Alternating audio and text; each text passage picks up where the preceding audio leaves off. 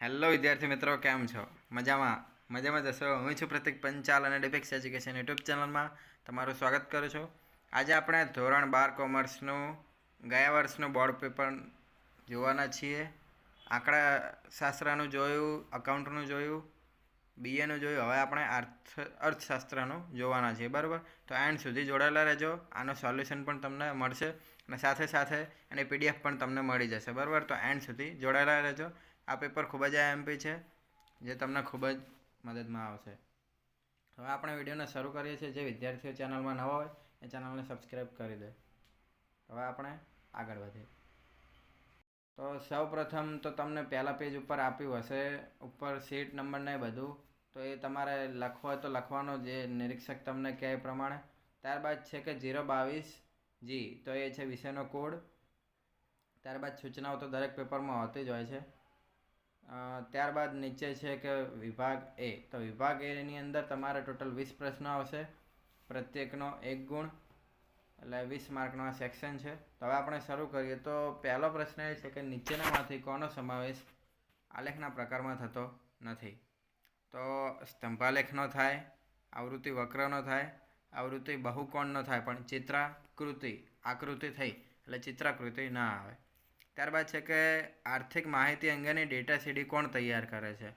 તો ખાનગી પ્રકાશકો કરી શકે, શાળાઓ ના કરી શકે. પ્રયોગશાળાઓ, સંશોધન કેન્દ્રો, સરકાર કરી શકે. તો જે ખાનગી પ્રકાશકો છે એ પણ સીડી તૈયાર કરી શકે, પણ એ આર્થિક માહિતીની ન કરી શકે. એટલે ખાલી પ્રયોગશાળાઓ, સંશોધન કેન્દ્રો અને સરકાર જ આર્થિક માહિતીની ડેટા સીડી તૈયાર કરી શકે છે.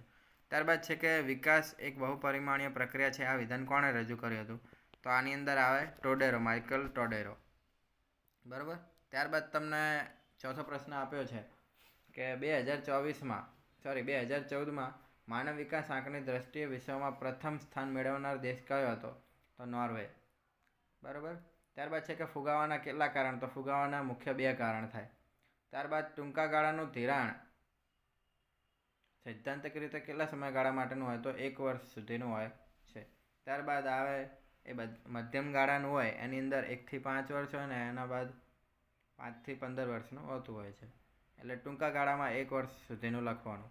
ત્યારબાદ છે કે નીચેનામાંથી કોનો સમાવેશ નાણાકીય નીતિના ગુણાત્મક સાધનમાં થાય છે? તો ભેદભાવયુક્ત વ્યાજના દર, બરાબર. આ પ્રશ્ન ખૂબ જ એમપી છે, જે તમને નાના પ્રશ્નો 2 માર્કના 3 માર્કમાં પણ મદદમાં આવશે. ત્યારબાદ છે કે Indian council of medical research શહેરી ક્ષેત્ર વ્યક્તિની ખોરાકમાં ન્યૂનતમ દૈનિક કેટલી કેલરી હોય છે?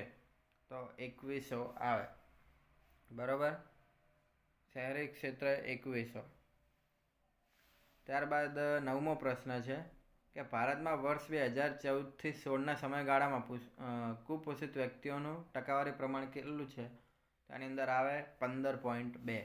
ઘણા વિદ્યાર્થીઓએ ગયા વર્ષે 23.7 પણ લખ્યું હતું ને અમુકે 11.2 પણ લખ્યું હતું, પણ એનો સાચો જવાબ છે 15.2.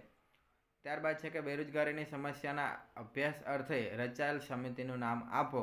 તો ભગવતી સમિતિ આવે, પરંતુ જો તેના માપદંડો હોય, એટલે બેરોજગારીની સમસ્યા કેમ ઊભી થાય છે, કયા કયા કારણોસર, 4 કારણો છે.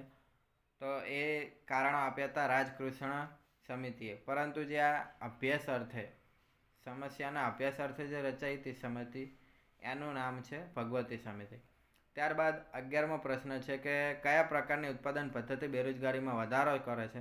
તો મૂડી પ્રધાન આવે, બરાબર. શ્રમ પ્રધાનની અંદર તો દરેકને શ્રમ મળી રહે છે, પરંતુ મૂડી પ્રધાનની અંદર અમુક જગ્યાએ મશીનો પણ વધારે પડતા વાપરવામાં આવતા હોય છે. ત્યારબાદ છે કે સ્વતંત્રતા પછી ભારતમાં સૌપ્રથમ વસ્તી ગણતરી પત્રક કયા વર્ષમાં તૈયાર થયું? તો આની અંદર આવે ઈસવીસન 1951. આ મોસ્ટ એમપી પ્રશ્ન છે. આની અંદર ઘણાને ડાઉટ જતો હોય છે, પરંતુ સ્વતંત્રતા પછી ભારતમાં સૌપ્રથમ વસ્તી ગણતરી, એટલે સ્વતંત્રતા પછી હોય તો 1951 જ આવે. ત્યારબાદ છે કે ભારતના કયા રાજ્યમાં દર 1000 પુરુષોએ સ્ત્રીઓનું પ્રમાણ વધારે છે? તો એવું એક જ રાજ્ય છે, એનું નામ છે કેરળ. ત્યારબાદ 14મો પ્રશ્ન, ભારતમાં કૃષિ સંશોધન કરતી સંસ્થા કઈ છે? તો એની અંદર આવે ICAR, બરાબર. ત્યારબાદ 15મો પ્રશ્ન, આજના સમયમાં વિદેશ વેપારમાં કયું સાધન વધુ ગતિશીલ બન્યું છે? તો એની અંદર આવે નિયોજન શક્તિ. બરાબર, એ સૌથી ગતિશીલ બન્યું છે. નિયોજન શક્તિ એટલે નિયોજન કરવું. બરાબર. ત્યારબાદ છે કે લેણદેણની તુલામાં કેટલા પ્રકાર હોય છે? તો એની અંદર 2 પ્રકાર જ હોય છે. ત્યારબાદ અગરબત્તી ઉદ્યોગે કયા ઉદ્યોગનું ઉદાહરણ છે? તો ગૃહ ઉદ્યોગ આવે. બરાબર. વિશિષ્ટ આર્થિક વિસ્તારનો અમલ ભારતમાં ક્યારે થયો? તો 2000ની સાલમાં. ત્યારબાદ 2011માં આશરે કેટલા ટકા વસ્તી શહેરોમાં હતી? તો 32% હતી, જે અત્યારે વધીને ઘણી બધી થઈ છે. ત્યારબાદ સેક્શન એનો લાસ્ટ પ્રશ્ન છે કે ઓએનજીસીની સ્થાપના કયા વર્ષમાં કરવામાં આવી હતી? તો આ એક મેઇન આઈએમપી પ્રશ્ન છે. 1959માં ઓએનજીસીની સ્થાપના કરવામાં આવી હતી. હવે સેક્શન બીમાં ટોટલ 10 પ્રશ્નો છે, પ્રત્યેકનો 1 ગુણ. બરાબર. તો અહીંયા આપણે સવાલ આપેલા છે ને નેક્સ્ટ પેજમાં જવાબ આપેલા છે. તો આપણે ડાયરેક્ટ જવાબ જ વાંચી લઈએ, તમે સવાલને પણ જોઈ લેજો પછી. તો પહેલું છે વૃત્તાંશ આકૃતિ એટલે શું? તો વૃત્તાંશ આકૃતિ એટલે કુલ માહિતીના પેટા વિભાગોને વર્તુળના અંશના પ્રમાણમાં જ્યારે દોરવામાં આવે છે એવી આકૃતિને વૃત્તાંશ આકૃતિ કહેવામાં આવે છે. આ જે તમને આપણે અર્થ કે વ્યાખ્યા કહો એ આપણે ચોપડીમાંથી જ લીધી છે અને કમ્પ્લીટ સાચી છે, એટલે આના પૂરેપૂરો તમને માર્ક મળશે. ત્યારબાદ છે કે મૃત્યુદર એટલે શું?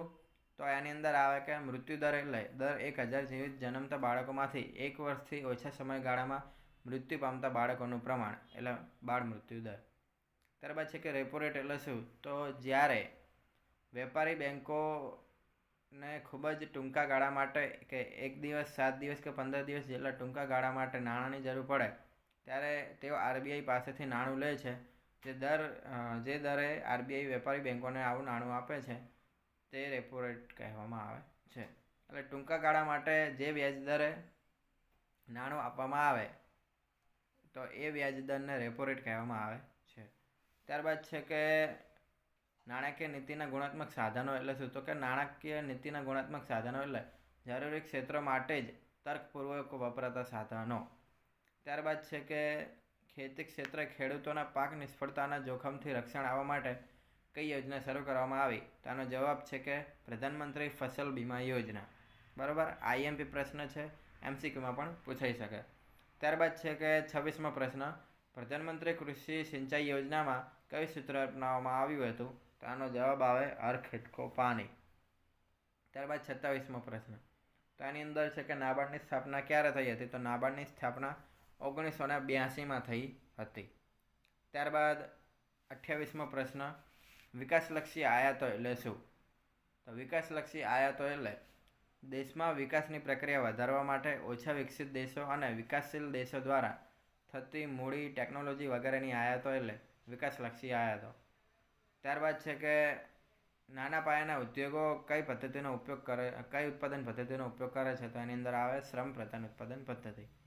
અને લાસ્ટ 30મું, ઓએનજીસીનું પૂરું નામ જણાવો. તો oil and natural gas corporation. બરાબર. આવી રીતે આપણો સેક્શન બી પૂરો થાય છે. ત્યારબાદ છે કે સેક્શન સીની અંદર ટોટલ તમને 16 પ્રશ્નો આપ્યા છે. એની અંદરથી તમારે 12 પ્રશ્નો લખવાના અને 2024નું પેપર હતું એની અંદર તો આવડે એવું જ હતું અને આ વખતે પણ તમને એવું જ આવશે, એટલે બહુ ટેન્શન લેતા નહીં. બાકી કોઈ ફેરફાર હશે તો એ તમને જણાવી દઈશું. સેક્શન સી તમારો 24 ગુણનો છે. ત્યારબાદ સેક્શન ડી એની અંદર 10 પ્રશ્નોમાંથી તમારે 7 લખવાના, પ્રત્યેકના 3 ગુણ, એટલે 21 ગુણનું સેક્શન થાય છે. બરાબર. ત્યારબાદ સેક્શન એની અંદર તમારે એક આલેખ આવશે અને એના સિવાયના 4 પ્રશ્નો આવશે, એટલે ટોટલ 5 પ્રશ્નો થયા. 7માંથી તમારે 5 લખવાના, એટલે ટોટલ 25 ગુણનો આ સેક્શન થાય છે. અને જે નોંધ લખી છે એ ખાલી અંધજન વિદ્યાર્થીઓ માટેને એવી રીતે જ હોય છે, બાકી તો તમારે જે લખવાનું એ રીતે તમારે આવે. બરાબર. ઇકોનોમિક્સમાં પણ સહેલો જ વિષય છે, આની અંદર કાંઈ હાર્ડ હોતું નથી, ખાલી તમારે યાદ રાખવું પડે મુદ્દા વાઇઝ. અને કઈ રીતે પેપર લખવાનું એ તો આપણે કીધું જ છે કે જ્યારે બોર્ડની પરીક્ષા આવશે એની પહેલાં તમને દર્શાવી દઈશું કે આ રીતે તમે પેપર લખી શકો છો. બરાબર. તો અહીંયા અમારો વિડીયો પૂરો થાય છે. જો તમને અમારો આ વિડીયો પસંદ આવ્યો હોય તો વિડીયોને લાઇક કરો, શેર કરો અને ડિપેક્સ એજ્યુકેશન યુટ્યુબ ચેનલને સબસ્ક્રાઈબ કરો. આની પીડીએફની લિંક નીચે ડિસ્ક્રિપ્શનમાં આપેલી છે. ઉપરાંત વોટ્સઅપ ગ્રુપમાં પણ તમને મળી રહેશે અને ટેલિગ્રામ ચેનલમાં પણ મળી રહેશે. તો બંને જગ્યાએ જોઈન કરી લેજો. અને ઇન્સ્ટાગ્રામમાં અમારું પેજ છે તો એ પેજને પણ ફોલો કરી લેજો. ત્યાં તમને નોટિફિકેશન મળતી રહેશે. બરાબર, તો તમારો વિડીયો જોવા બદલ આભાર. મળીએ આવતા વિડીયોમાં. ત્યાં સુધી ટેક કેર. જય હિન્દ, જય ભારત. Best of luck. જય દ્વારકાધીશ.